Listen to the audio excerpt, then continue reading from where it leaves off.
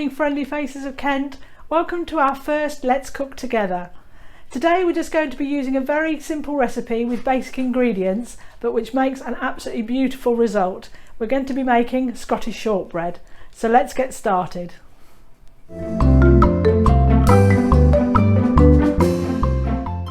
Our ingredients will be 85 grams of caster sugar, 250 grams of butter, 280 grams of flour and 55 grams of corn flour.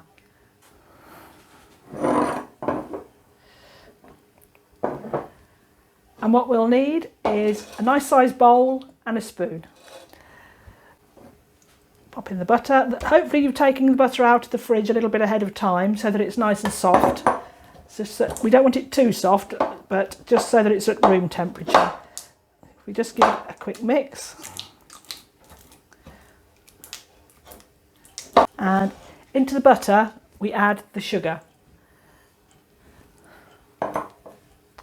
We're using caster sugar today, but you can use actually any sugar that you want to, granulated, even dark demerara, things like that as well, and they'll give a much darker, richer sort of flavour. So we work the butter and the sugar together.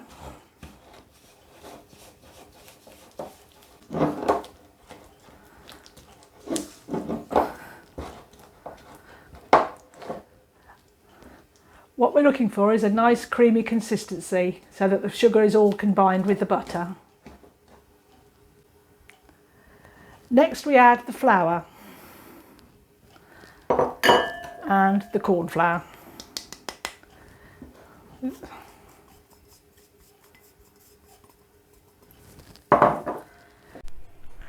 You might be wondering why we used unsalted butter in the recipe but then added salt ourselves. This is so that you can actually gauge how much salt you're putting in, because different brands have different amounts in. Combine the butter with the two types of flour until it's well mixed in and starts to look crumbly. You can just use ordinary plain flour for this recipe, but what you're doing by adding the corn flour is actually cutting down the amount of gluten so that it will make the finished product more crumbly. Once it all starts coming together, then you can actually get your hands into the bowl and start pulling it together.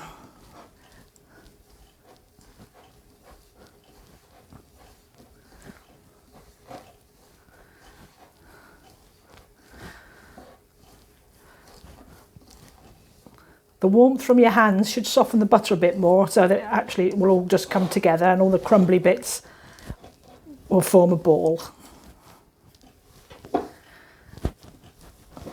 Then you can tip it out onto your worktop and bring it all together.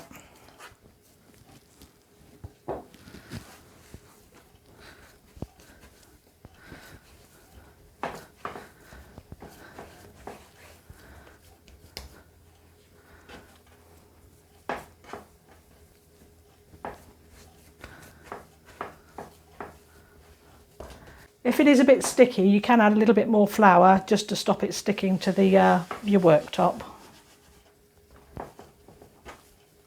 But don't add too much flour because it will take away from the crumbliness once it's cooked. There you go. Right. Give your hands a wash and then you're ready to line your tin.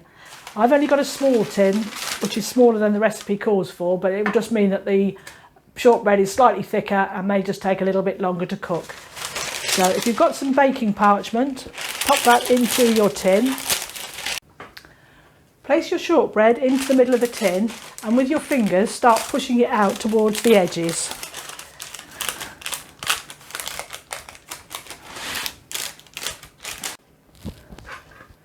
Take a fork and use it to make little holes into the top of your shortbread. This is a sort of a traditional look that shortbread has, but the little holes also allow the steam to escape, so that again you get a lovely crumbly texture when you're finished.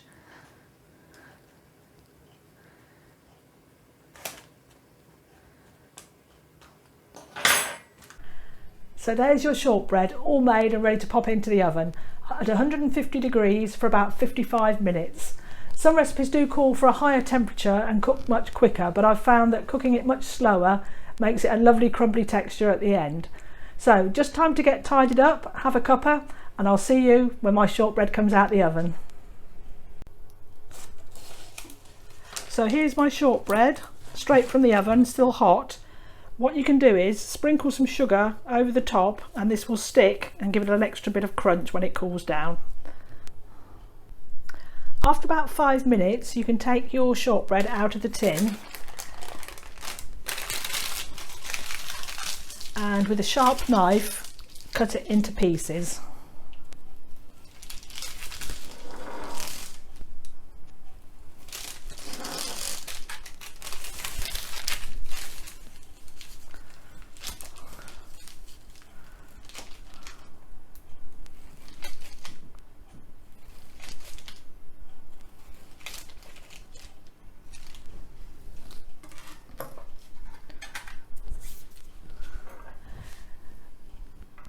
Again, put it back onto a rack to cool down completely if you can't resist having a piece already.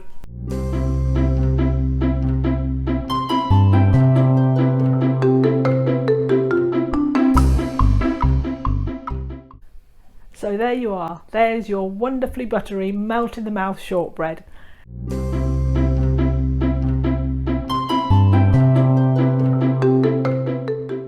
Hope you enjoyed following along today and that you'll join us next week when we'll be doing a different recipe. All the ingredients will be posted on the Facebook page today at 2 o'clock. So have a look and see if it's something you fancy joining in with. Till next week, bye!